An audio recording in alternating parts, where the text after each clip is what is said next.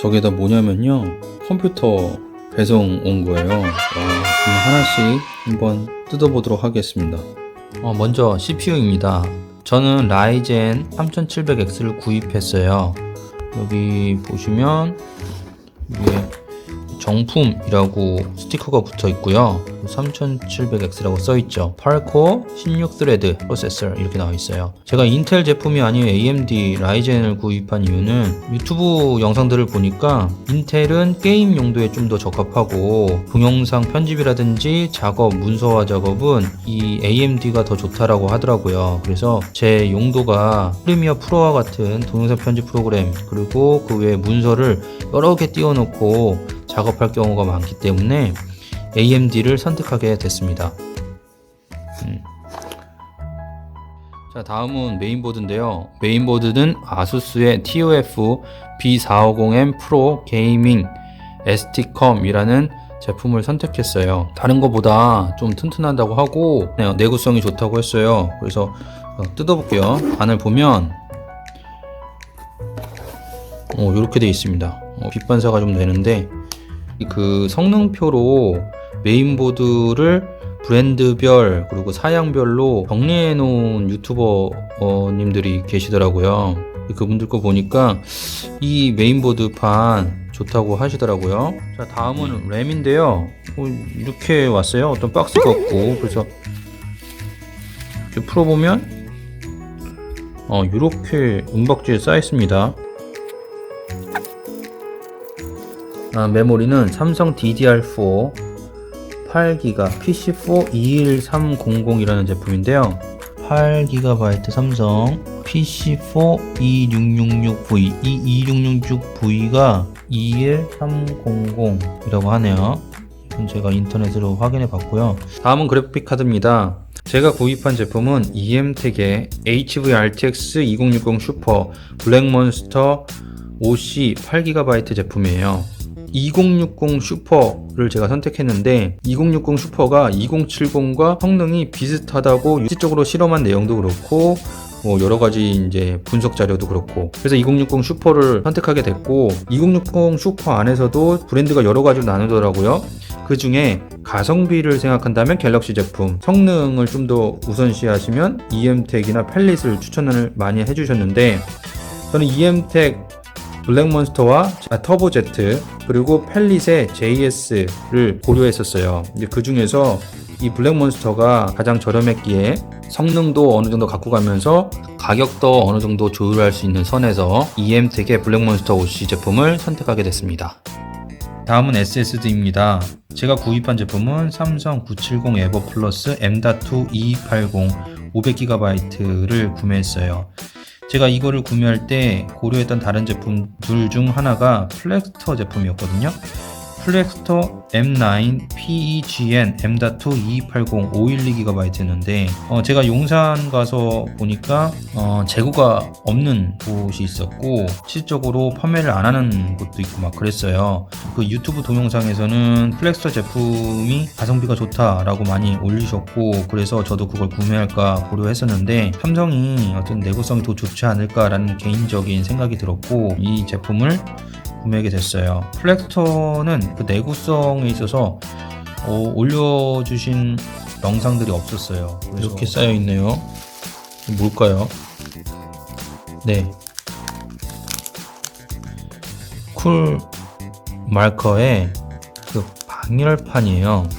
이게 SSD, 아까 전에 보여드렸던 NVMe M.2의 방열판입니다. NVMe M.2가 발열이 심하다고 해요. 그래서 이렇게 방열판을 따로 구매하게 됐어요. 사람들이 그냥 10,000원 이하의 것을 구매하면 된다고 나오더라고요. 그리고 이거 구매할 때 고려했던 다른 제품은 존슨 제품이 있는데, 존슨 제품이 사람마다 호불호가 갈리는 것 같았어요. 어느 분들은 좋다고 하고 어느 분들은 그렇지 않다라고 얘기하기도 하고, 그냥 저는 적당한 가격에 방열판을 구매하게 됐습니다.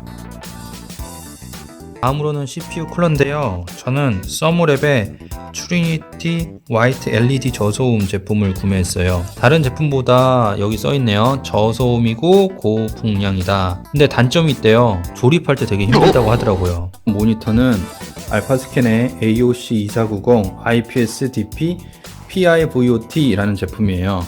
제가 모니터를 24인치가 가장 넓게 쓴 거고, 그 위에 뭐 27인치, 32인치는 제가 써본 적이 없어서 좀 구매하기가 24인치를 구매하게 됐고요. 제가 모니터는 구매하면서 고려했던 부분이 주사율, 그리고 해상도, 그리고 포트, 그리고 높낮이 조절이 되는지. 그래서 주사율은 다들 아시겠지만 165Hz, 144Hz, 75Hz, 60Hz 뭐 이렇게 있고요.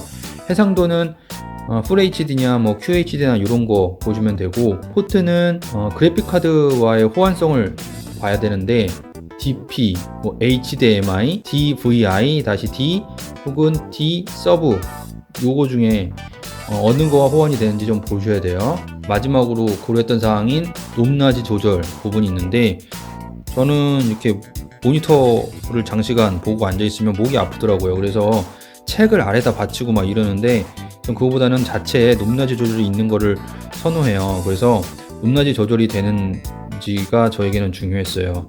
근데 찾아보시면 알겠지만 높낮이 조절이 되는 모니터는 기본적으로 가격이 비싸요. 따로 뭐 포트를 뭐 단다 뭐 이런 부분도 있는데, 저는 그냥 모니터 자체에서 높낮이 조절이 가능한 제품으로 구매를 해봤습니다. 자, 다음으로 케이스예요. 제가 구매한 제품은 여기 보이시죠? A양 케이스 미 넘버 8.RGB라는 제품이에요. 이 제품이 문제가 있는데, 사람들마다 제품 자체는 좋지만 소음이 거슬린다라는 얘기가 좀 유튜브에 있었어요. 그래서 다 컴퓨터를 조립해보고 한번 보려고 하는데, 그럼에도 불구하고 제가 이 제품을 왜 선택했냐면, 나중에 컴퓨터를 업그레이드 하거나 그래픽 카드라든지 뭐 여러 개를 추가로 장착을 할 때 여유 공간이 좀 필요할 것 같다는 생각을 했고요.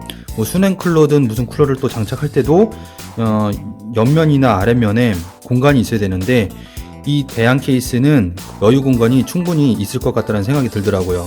그래서 이 대양 케이스를 구매하게 됐습니다.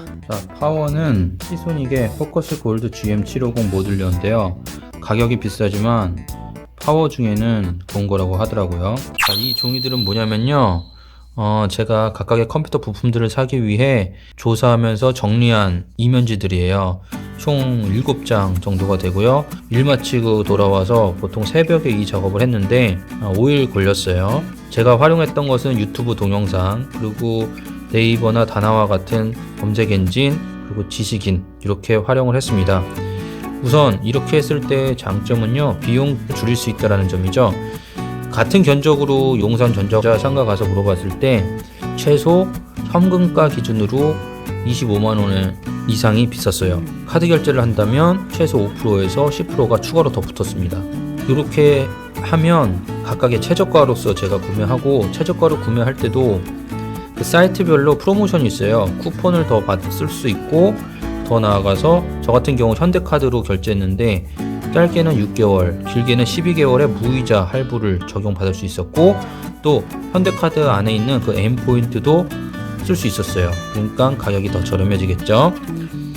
또 하나의 장점은 컴퓨터에 대한 지식이 올라갔다는 거죠. 전문가 수준만큼은 아니지만 어느 정도 컴퓨터에 대해서 알 수 있다. 그래서 비용적인 측면과 어떤 컴퓨터에 대한 지식, 이 두 가지를 다 얻어갈 수 있다. 단점은 아무래도 시간이 오래 걸린다는 거죠. 시간이 걸리고 그만큼 좀 노력이 필요하다.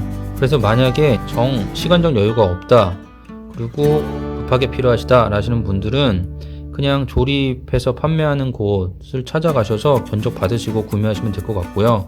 저처럼 시간을 좀 소요하더라도 원하는 제품들을 좀 더 저렴한 가격에 구입하고 싶다 그러면 각각의 최저가를 찾아서 이렇게 구입하시는 걸 추천드립니다.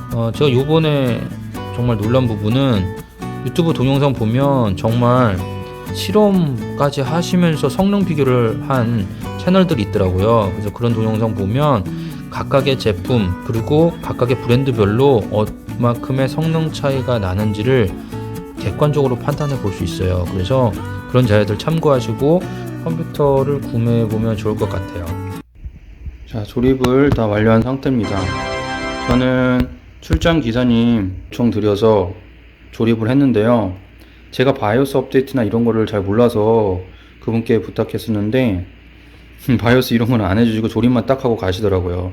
5만원 들었고요. 제가 보기에는 그냥 유튜브 동영상 보고 조립하셔도 될 것 같습니다. 메인보드 바이오스 업데이트랑 CPU, 칩셋 드라이버, 뭐 그래픽 드라이버 이런 거를 제가 다 직접 다운받아서 설치한 상태고요. 이 대한 케이스 같은 경우 소음 얘기를 이제 많이 좀 하시는데 제가 지금 들어보니까 완전 조용하고 그러진 않아요. 제 기준에서 보면 저기 위에 제가 냉난방기가 있거든요. 저거 제습 기능이랑 공기청정 기능이 있는데 그 공기청정 기능 혹은 그 제습 기능을 틀었을 때의 소리 그 정도 데시벨 나오는 것 같아요, 체감상. 그래서 제가 요거를 한번 비교해 드리도록 하겠습니다.